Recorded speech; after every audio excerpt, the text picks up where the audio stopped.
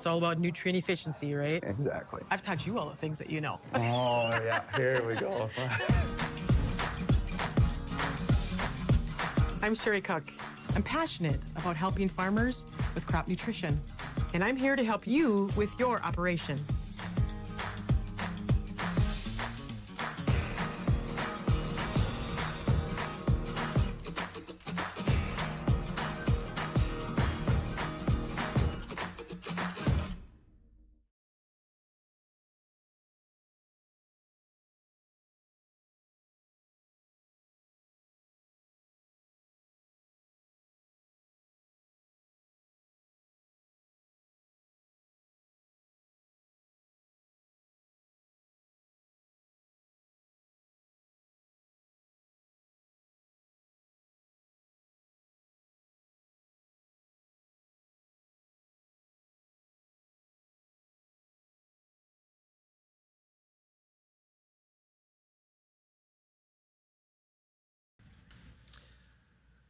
Thank you, Randy, for those markets, and thank you for joining us here at the Red River Farm Network Forum this morning. My name is Jamie Dickerman with the Red River Farm Network.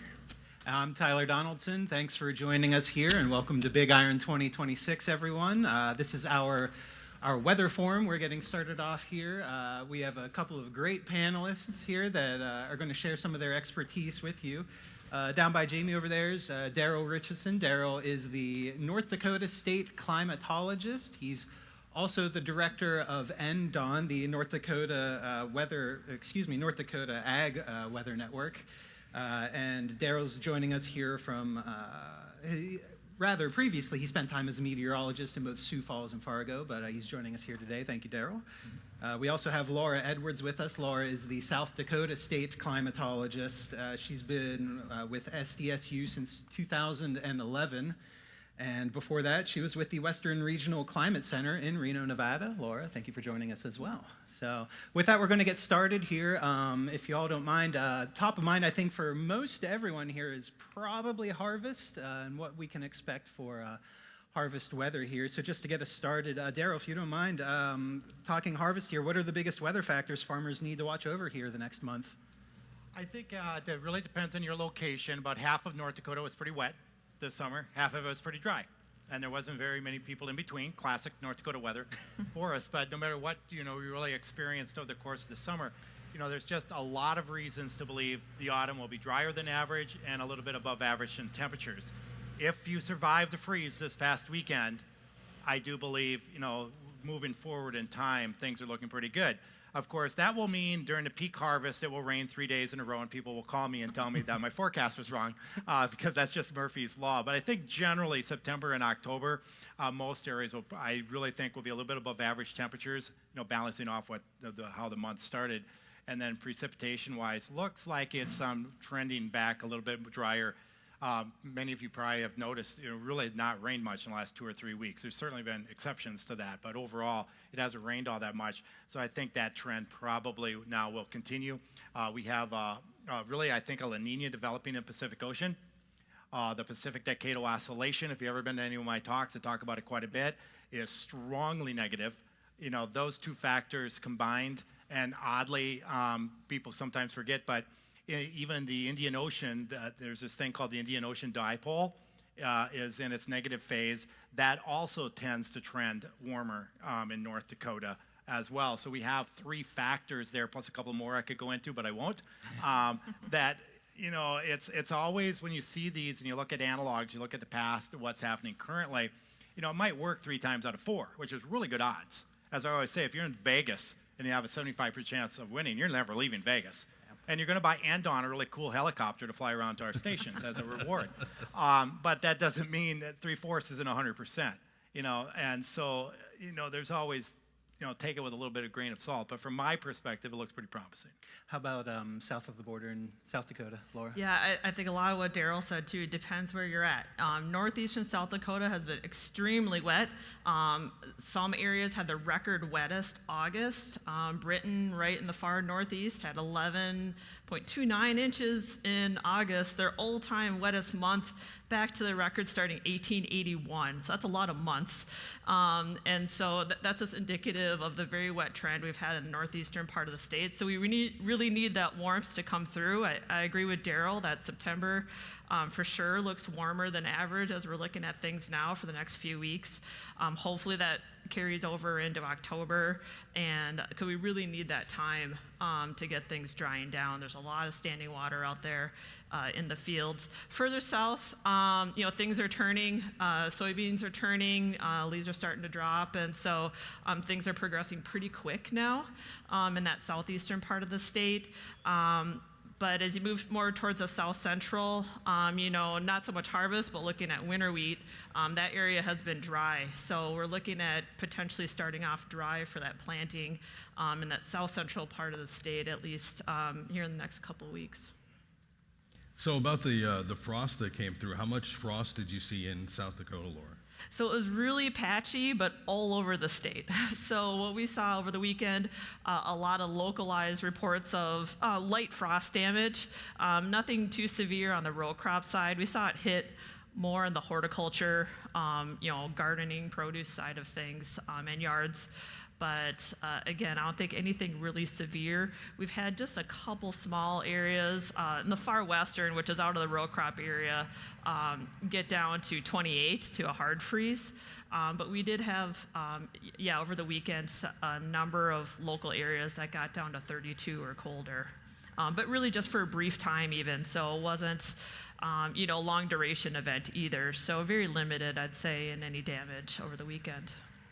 Daryl, I know we just did our crop tour that we do, our annual crop tour that we do, and we saw a lot of green grass on western North Dakota, and that seemed to be a little bit odd, especially this time of the year. There seems to be not much drought, or less than 2% of the state in drought. Is that correct? Is that abnormal? Well, actually, technically zero drought, because abnormally dry, which you see in the little bit of the northeast corner, is not technically considered drought. Not that definition sometimes matter to people, but western North Dakota, if you just want to play statistics, what we're seeing there this year is probably a 1 in 6 year, 7 year, to have enough moisture that it stays green through the entire year. And this year is more, in some ways, you almost could try a little bit more noticeable or shocking, is because not only, really western North Dakota, almost the entire state has been so dry this decade. The last 5 years have been far more below average areas than above average areas. And of course, western North Dakota being just a much drier climate. Being 1 inch below average in this part of the state, in the Red River Valley, very doable. 1 inch below average out west is a big deal. That could easily be 20% of their summer moisture in some areas. So that's why them being so green this year is just great to see. And on a net positive, although they're not the best soil type, they did really replenish some of the reservoirs that are out there. The stream flows are pretty good for their standards in some of the smaller streams, but at least they have some soil moisture that should stay through the winter as we freeze up. So, we do a little bit of winter wheat. That's more of a South Dakota thing, of course, as everyone knows. But when we get started with our spring wheat harvest out there in canola and other grain crops, I think there will be at least a good start next spring for them. Whereas this year, they finished well, but, they really started really dry out there. What about South Dakota, Laura? Abnormally dry southern part of the state. How's this moisture situation there? Yeah, the south central part of the state, that area of dryness and drought has really developed over the summer.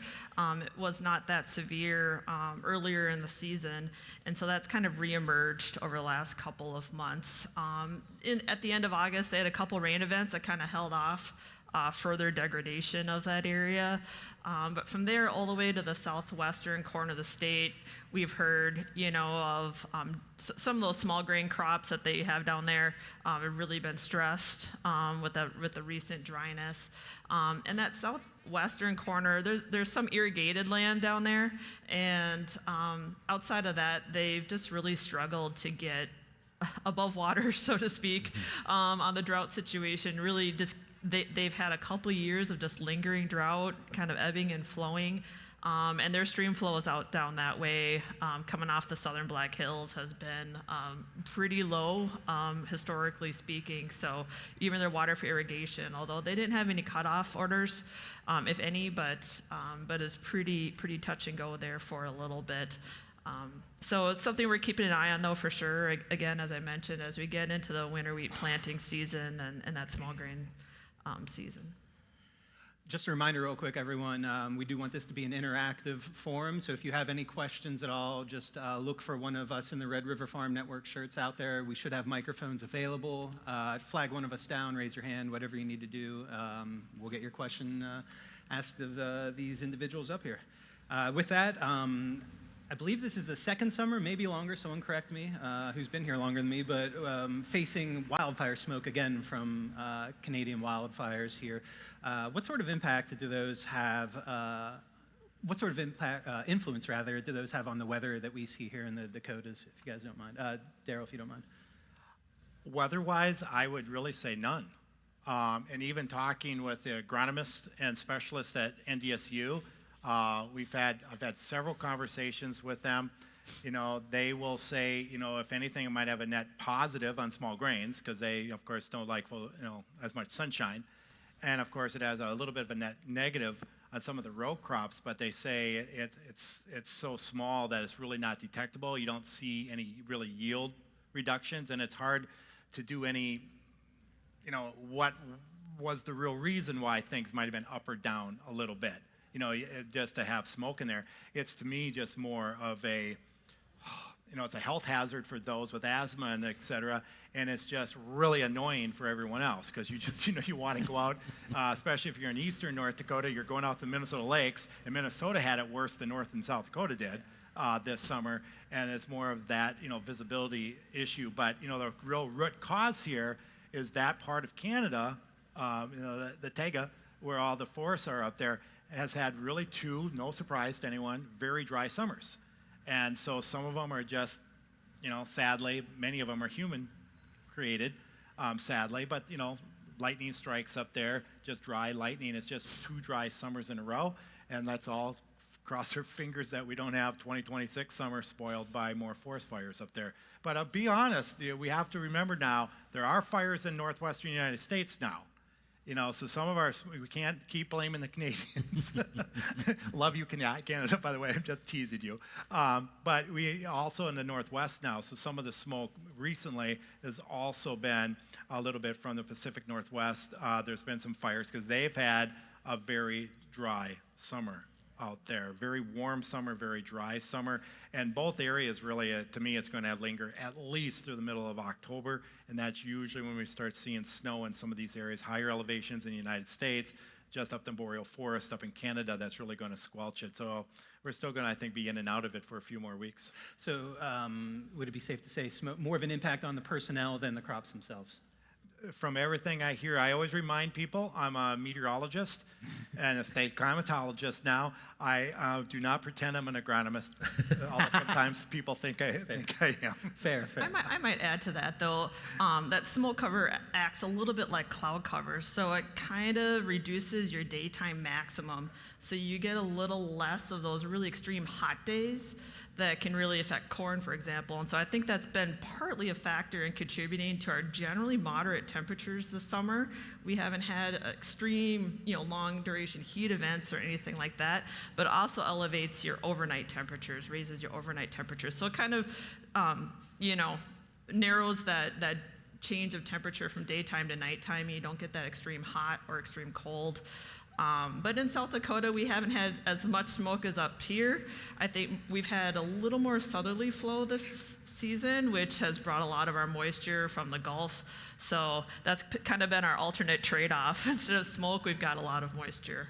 Yeah, and Laura made a really good point. But the other, you know, going to that coolness factor, how do we get Canadian smoke down here? You know, exactly. That means the lower and mid-level winds are coming in out of the north.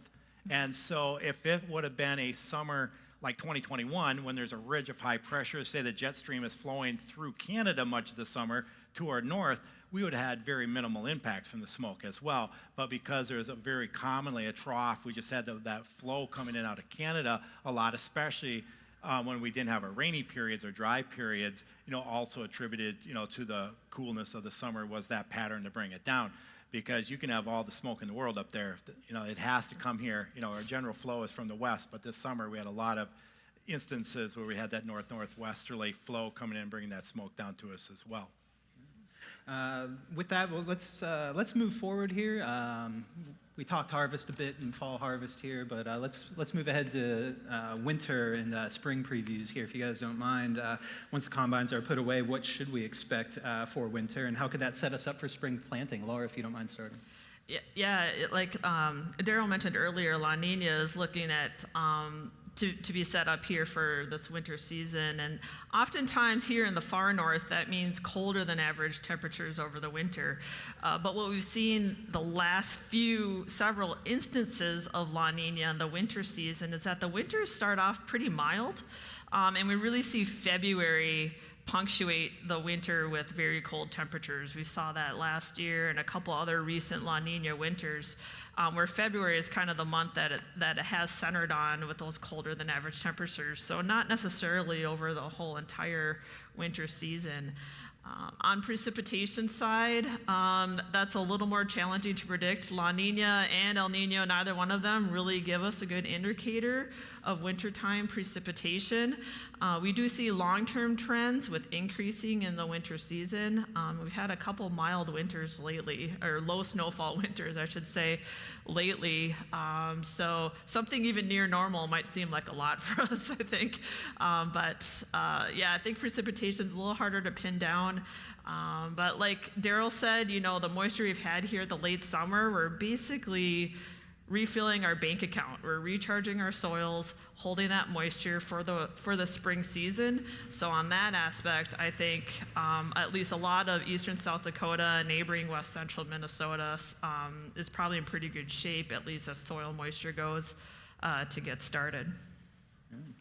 Anything to add to that, Daryl? Well, Laura makes an interesting point, and it's really true. La Ninas tend to start off winter slow, and so in turn that goes back to harvest again. And one of the reasons I'm, kind of positive about the harvest, that the fall will be reasonably nice. The interesting thing is El Nino, the exact opposite. A lot of times they start off harsh, and people are going, "Oh no, it's going to have one of these 6-month winters," but then it turns out nice and tame and beautiful. And of course, there's exceptions to all of this, but there's always different flavors of La Nina. The odds are that this one, like last year, will be a weak one. And if you look at week one, what Laura said is very true also in North Dakota. The range with weak La Ninas with precipitation in North Dakota is all over the map. But a high percentage of them, like the last 2 winters, tend to be drier than average. But, just playing statistics here, already talked about this, we've had 2 really snowless winters in North Dakota. Last year, eastern North Dakota here in Red River Valley, we did actually have the winters. Both of them finished above average. Last winter, which most of you, unless you're out there, don't recall, western North Dakota had a really cold winter last year. They're like -3, -4 anomalies, which is very noticeable. Last winter is very, very big difference. But in North Dakota, the last time we had 2 winters in a row with very little snow was way back in the 1950s. Looking back, and Bismarck has the longest records from 1875, Fargo second at 1881 in the state. And then there's sporadic, a lot of stuff started in the 1890s. If you really just look at that, we've really never had 3 winters in a row with way below average snowfall. It's only happened really a couple of times. And so in turn, what Laura said, and I said this, a lot of my talks, is, hey, so we get 45, 50 inches of snow this winter, it's going to seem like, oh my goodness, all this snow, but that's just back, quote unquote, to average. So I'd be just, again, not forecasting, just playing with statistics here, be a little surprised if we would have 3 winters in a row with, say, 50% or less of the average snowfall.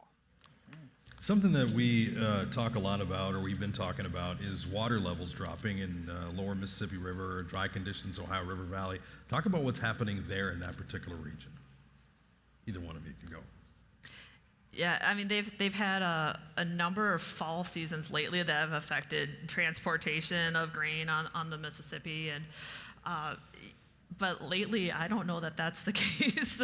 I don't think that's going to be a factor necessarily this season. I haven't heard any indication of that. In fact, the Southern Plains region, just like up here, all through the middle part of the country, has been pretty wet this season. So I'm not expecting much lower than average flows on the Mississippi this year. So hopefully that part of the equation on the dollars and cents side isn't too much of an issue. Yeah, it's been wet. I'll be shocked. I agree 100% with Laura. There's been so much rain, and really the core areas where a lot of that moisture's coming. The Ohio River Valley's been wet. The mid-Mississippi has been wet, and all that moisture has to flow down there this fall. So I think it will keep the river levels up. But again, the river levels the last couple of years have been low is because much of the Midwest have been drier than average. Too. So, all that rain and all that water has to come someplace from the upper basins, and it's been dry, plus they've been dry as well. But I'd be surprised if it's much of an issue. We'd have to never say never in this business. We could go the next 45 days and most of the United States gets stuck, no rainfall. But there's just so much groundwater, everything's going into the Mississippi, we should be pretty good this year. Mm-hmm.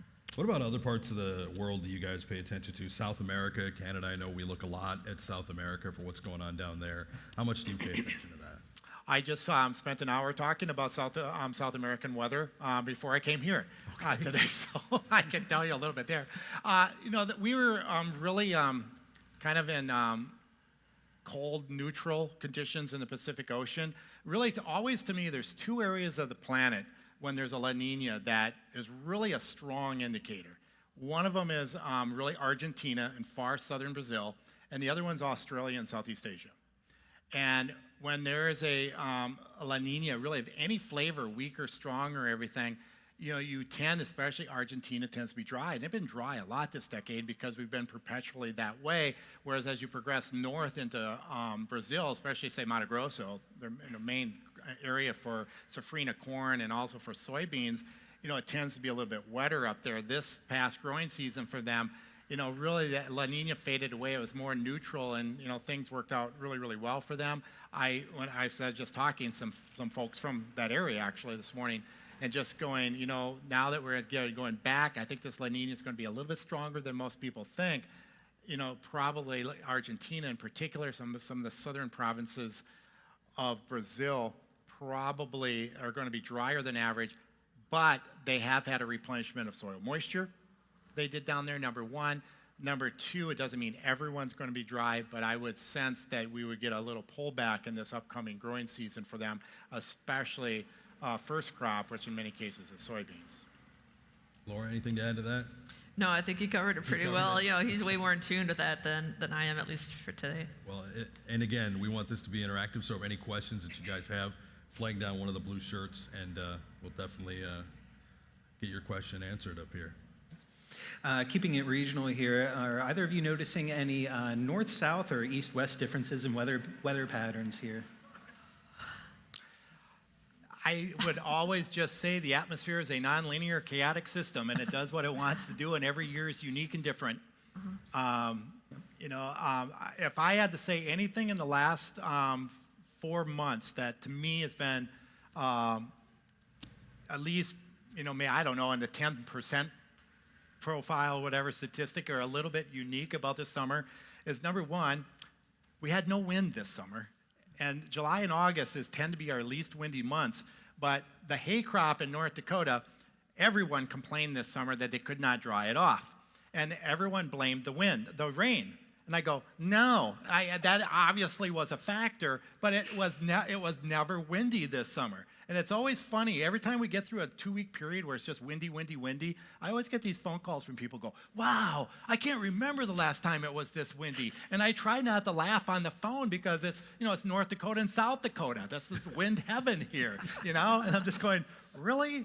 Really? You can't remember what it's kind of funny to me. Not a single person this summer said, geez, Daryl, this has been just really unusually calm summer. Well, the calm summer, in turn, we did have some moisture. We had very dewy mornings. Some folks will think we're going to get a lot of snow from the fog thing, wives' tale. We'll see what happens. I'm not going to go there. But we had a tough time drying the hay in many ways because the wind wouldn't blow to add to that evaporation potential this summer. So I found that kind of nice in a way, but it also because of the moisture, the mosquitoes were a little bit more noticeable. Well, we didn't have Mother Nature blowing those away this summer either. So it's, it's a combinational effect. And then the other thing is to have 2020 and 2025 with this early of a freezes. I mean, you have to go back to 1880s. I mean, this was the 5th earliest freeze on record in 145 years. And to have 2 very early freezes, only 5 years apart, again, you'd have to go back to 1880s. It has been, I mean, if you want to call something unusual, to do it. I always tell people, every year in North Dakota, northwestern Minnesota, pretty much, around, say, the 10th of September, we get that first scare. But it's always 38 to 42, and not really much happens. 2020 and this year, we're in the 20s, low 30s. I mean, our end-on station northwestern North Dakota dropped to 30 on August 24th. You'd have to go back to 2004 for that. So really the lack of wind and really these 2 very early freezes it was, I would say, unique. We might not see 2 early freezes. I'm sure we'll see early freezes, don't get me wrong. But to get 2 so close together, we might have to wait 30 years to see that. Or again, I found that, just knowing the climate record of North Dakota quite well, was very, you could use the term unusual for that, I think.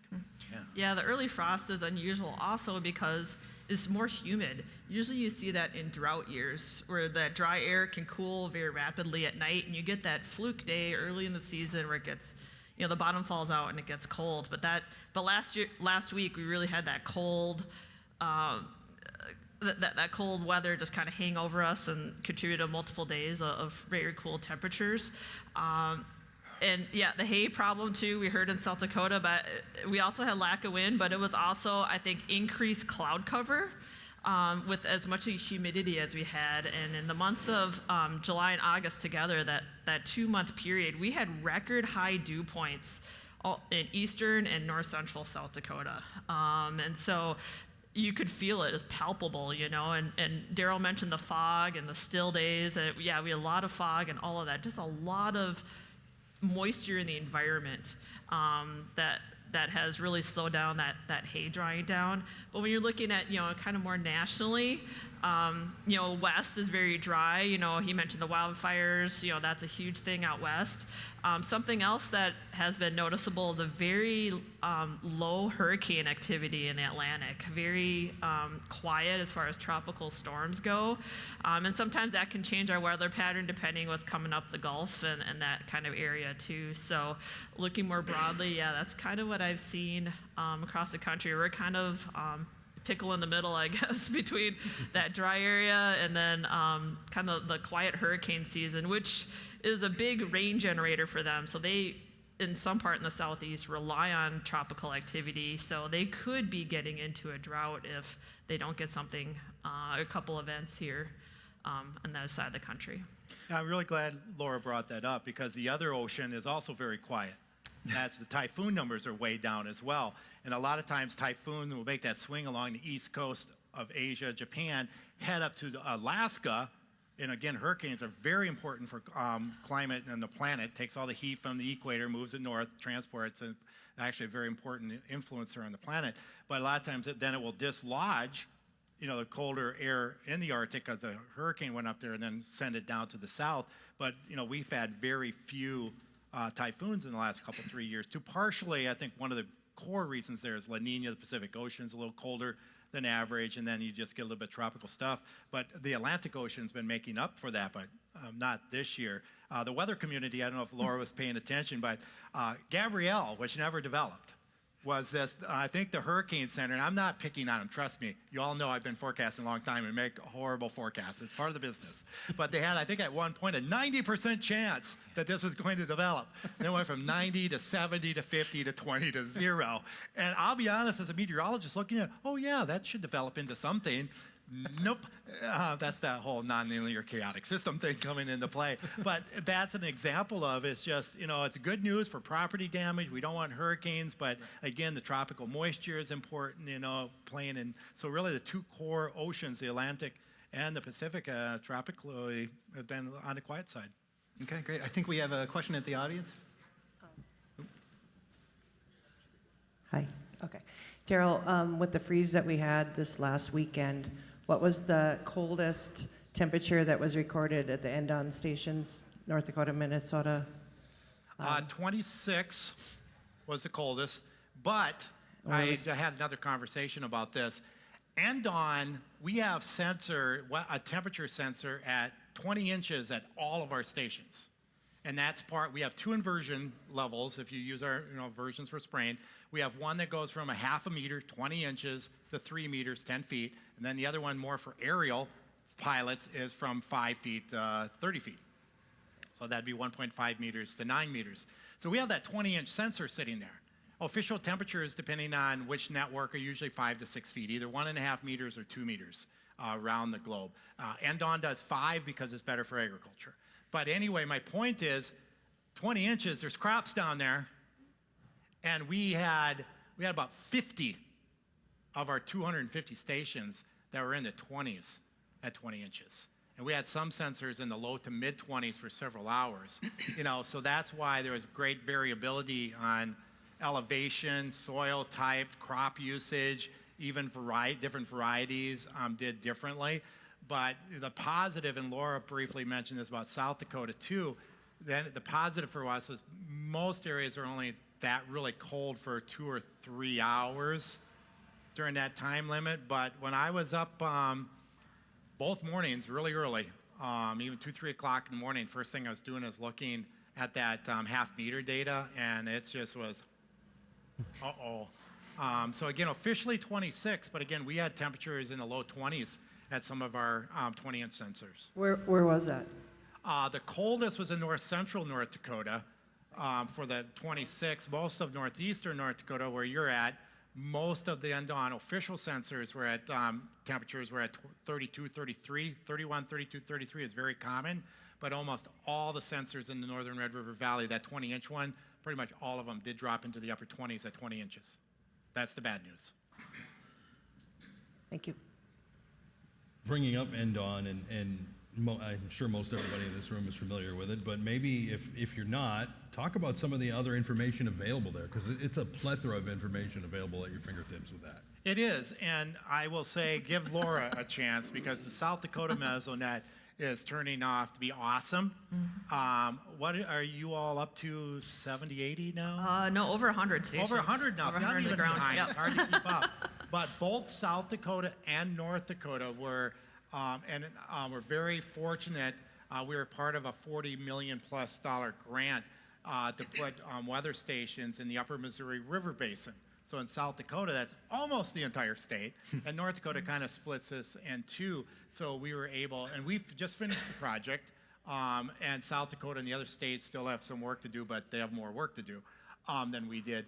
But anyway, those stations for the upper Missouri were to add soil moisture data, crucial in agriculture, but neither South Dakota nor North Dakota really had a lot of those. Now we both do.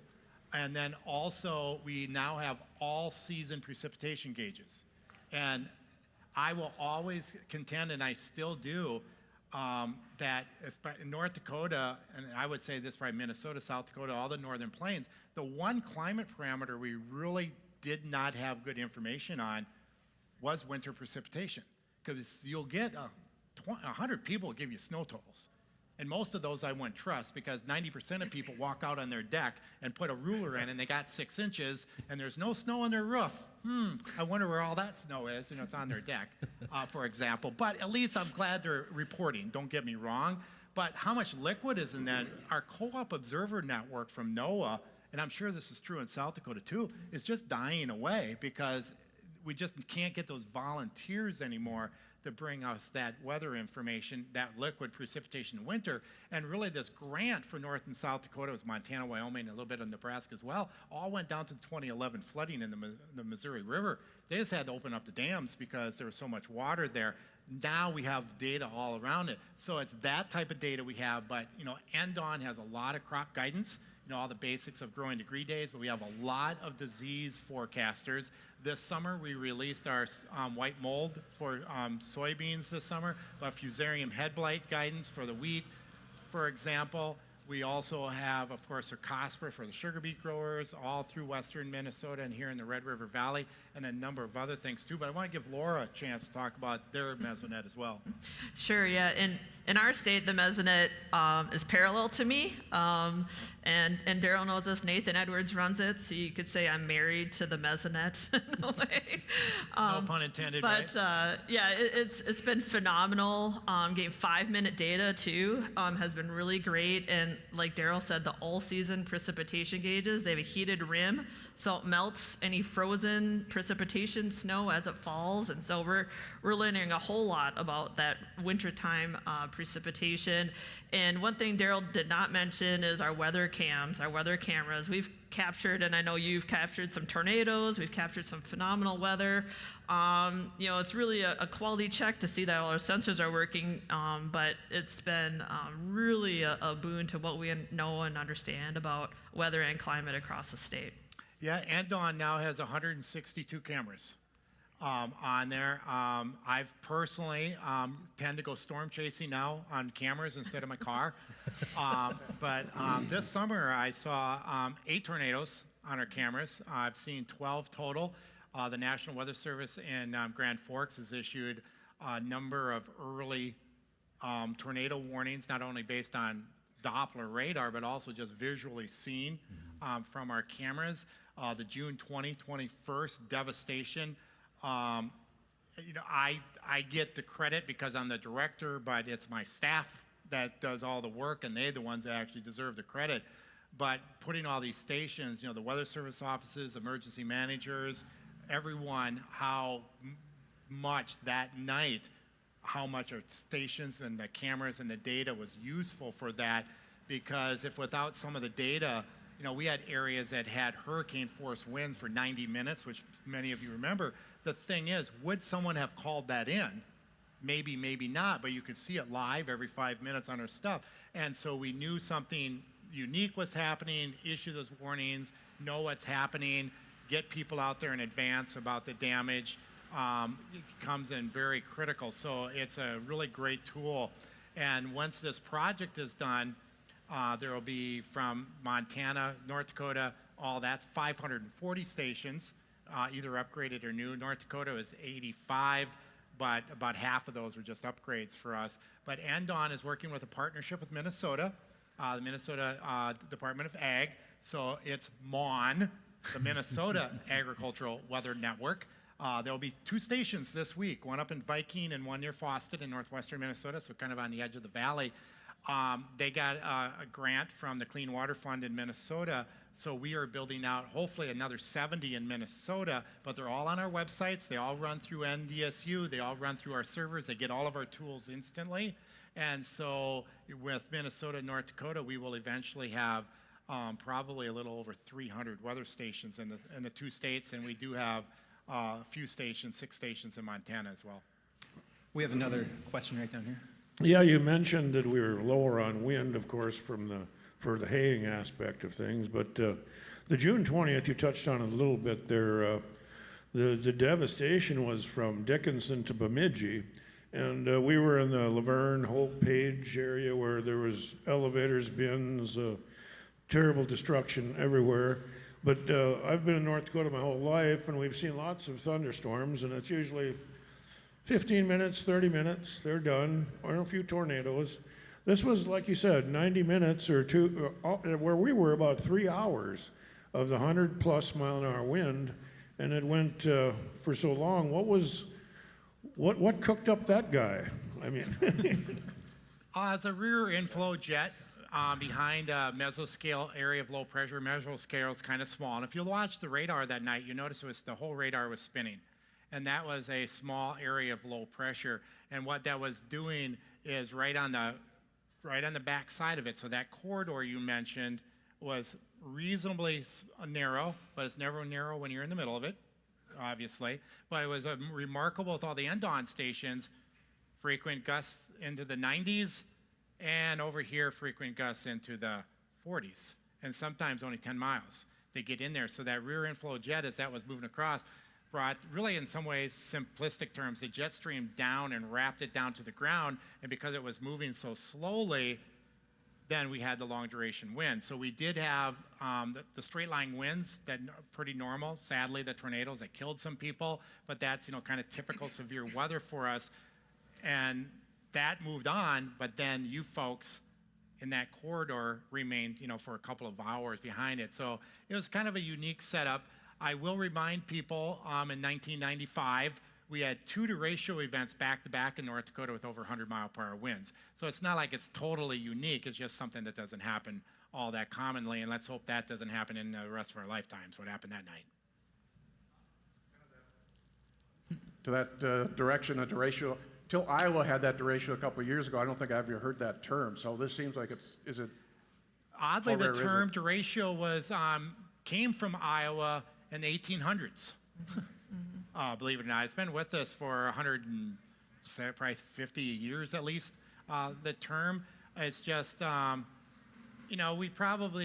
there's a definition for a derecho, and it's really, it really needs to go like 300 miles. And North Dakota and South Dakota both about 350 miles across. So it's something that has to go at least that distance. So to get technically not derechos to be that might only go 100 or 200 miles, almost happens every summer. It's just the long, devastating ones are a little bit more rare. Yeah, in South Dakota, the last year we had severe derechos 2022. If you remember, May of that year, it hit basically the I-29 corridor, all the way up and down across the state. And then there's a second one a few weeks later that was more in the southeastern part of the state. But yeah, he's right. It's, a wind speed, it's the size of the storm, the distance it travels. There's really that kind of definition there. And it's something we learn about in college classes, right? But now it's becoming more into the vernacular, into our vocabulary. And in South Dakota, we see derechos, every 2 to 4 years, something like that. So not too uncommon, but something as severe as that and as large scale as that is really quite unusual and significant. And sadly, a lot of this year was not the case, but the more common time period of the year to get derechos is later in the summer, and guess where the corn is later in the summer? If that derecho in North Dakota would have hit, say, on around the 1st of August rather than June 20th when the corn was only this high, generally it was just, barely, most folks weren't even the eye yet at that point, it would have been the Iowa thing all over. It'd been hundreds of millions of dollars of probably lost corn. So that was the only, if there, you can throw a little net positive, was that. On the negative side, most of the soybeans were like this then, and they just got grounded to shreds with all the soil being loosened with the strong winds. So it's kind of a little bit of a positive for corn, disastrous for soybeans. But it was a little unique that we got one so bad in June. Usually in North Dakota, because we're farther north, we'd get them even a little bit later than South Dakota.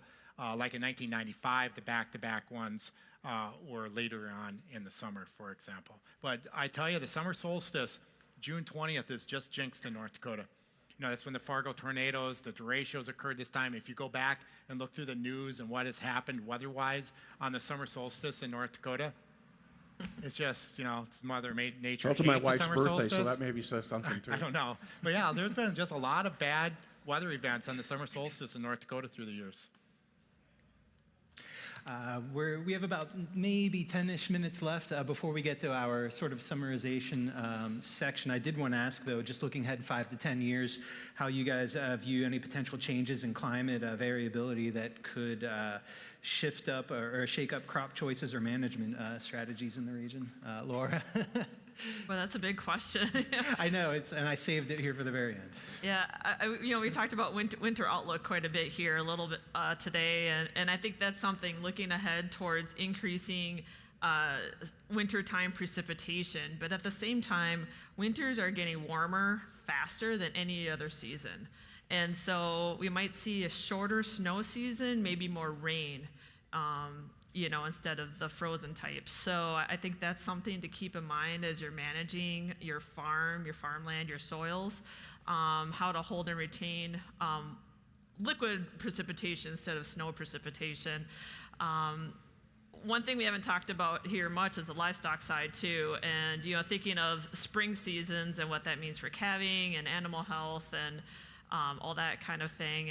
And again, with that warmer winter, and wetter springs that we've been seeing, managing the mud, making sure that they're protected and healthy during that calving season, I think is another aspect that I think about on the farm side. But our growing seasons are getting longer, so I'm optimistic, that we could take advantage of the full season, full frost-free season, and continue to get some really good yields out of this side in the Western Corn Belt.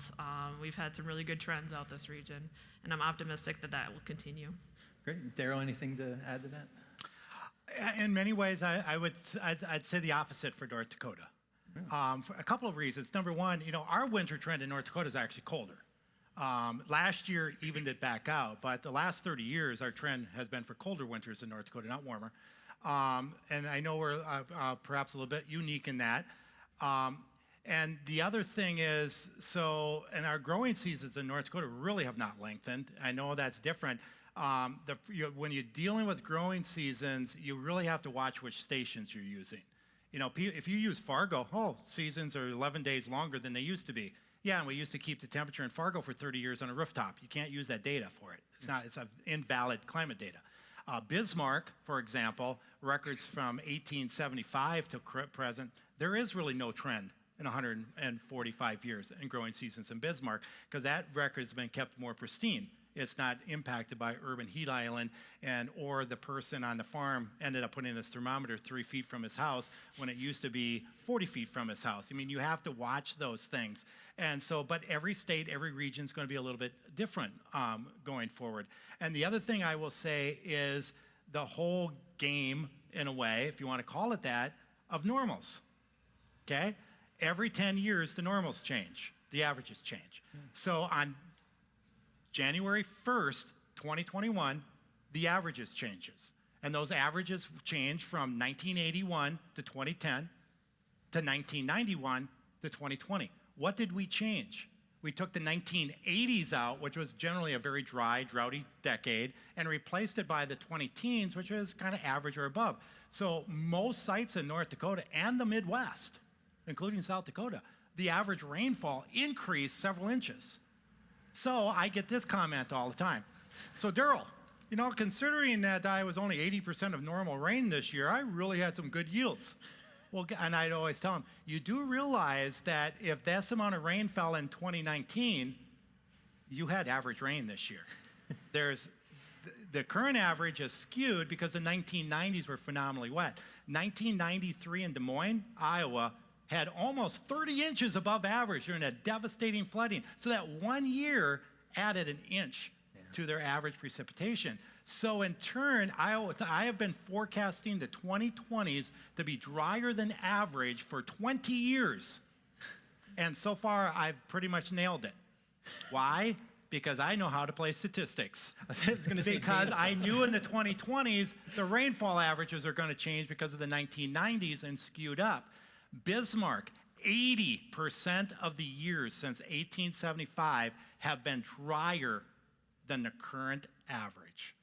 Fargo, North Dakota, 70% of the years have been drier than the current average. Sioux Falls, which I've used because I've spoken down there, 70% of the years have been drier than the current average. Same goes for Minneapolis, Des Moines, Springfield, Indianapolis, Columbus, all the state capitals. So in turn, the climate is drying, air quotes, apologize to all the air quote haters out there because of the statistics on it. So what happened in 2021 is the drought monitor, there's nothing wrong with this, the averages changed. So all of a sudden there was a lot more drought, but because the averages changed. They didn't do anything wrong. Laura's probably one of the authors back there, and so I have to be careful what I say. But there was nothing wrong with that because that's all legit.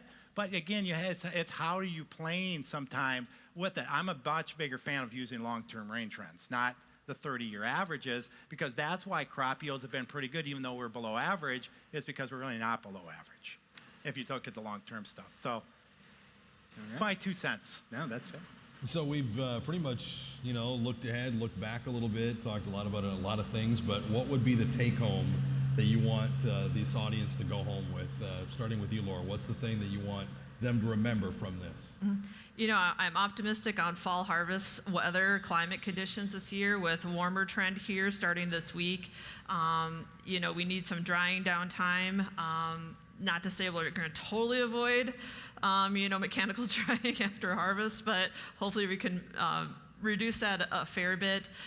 Winter season, you know, still kind of a toss-up on precipitation, but, you know, looks like something probably near normal to maybe slightly wetter wouldn't be surprising. But I think we're setting up good shape now with our soil moisture recharge for the spring. So at least looking at soil moisture alone for spring season, I think we're looking at a good start in the eastern side of South Dakota, neighboring Minnesota. Daryl, your take home. I would agree everything with Laura said. I would agree with, and on top of that, I would then just say this so I don't repeat myself. If you're in Minnesota, South Dakota, North Dakota, we live in one of the most highly dynamic, interesting climates on the planet Earth. We just live in kind of crazyville. I like to tease people. If your ancestors came from Europe and you settled here, your ancestor volunteered to go to the gulags in Siberia, which the communists forced all the people to go to. Your ancestors volunteered to go to a very similar climate. So, you know, every year is different. Every year is unique. Enjoy it. It's a fun place to live. On top of what Laura said. All right, well, we'd like to thank both of you for joining us and sharing your expertise and knowledge with all of us here. It's been quite a year, I think, weather-wise, and I'm sure that there's a lot more to look out for here as harvest approaches. Just for all of you, again, this is Laura Edwards and Daryl Ritchison. You can find both of them. Probably easiest to Google them, but real quick, how can people get a hold of you or the climatology office? Sure. I'm in the SDSU Extension Regional Center in Aberdeen, South Dakota. So that's where you can find me there. I'm also on Facebook and Twitter a little bit, or X, sorry, a little bit there as well. So you can find me on social media. And Daryl, your social? NDSU, I would do the Google search, and I'm only on X. That's the only social media that I do. And NDON, also only social media. Oh no, we just started a Facebook page because one of our stakeholders, we built a station, wanted to be able to post it to all of his friends on Facebook. So one of my staff created a Facebook page for NDON just for this one stakeholder. That's how we love our stakeholders. That's right. But so NDON's on Facebook and X. I'm just on. Moving into the 21st century there with Facebook. Well, you know, I just always enjoyed X because X is really popular with agriculture and weather. And so that's why I spend a lot of time on there. And so I just never, for no bad reason, I just never set one up. And then finally, my younger staff goes, yes, please do it. You run it, please. Great. Hey, let's, oh, sure, yeah. Daryl, you think we're going to have your estimate more snow than we had last winter? I would not be surprised if we had the same amount of snow this winter as the last 2 winters combined, which would still be slightly below average. I really think precipitation-wise, it's going to be a very average winter. Yeah, and I also think it's, especially eastern North Dakota, after 2 warm winters will be at least average, if not a little bit below this winter. And so that'll be a little bit of change too. You know, it's North Dakota, South Dakota. You know, winters are cold. You know, we're all prepared for them. Well, not to cut this short, but we got a schedule to keep to. So let's give a loud round of applause for our presenters. Thanks again. Stick around. We've got more for you here. Enjoy the rest of Big Iron Day 1. It's all about nutrient efficiency, right? Exactly. I've taught you all the things that you know. Oh, yeah. Here we go. I'm Sherry Cook. I'm passionate about helping farmers with crop nutrition. And I'm here to help you with your operation.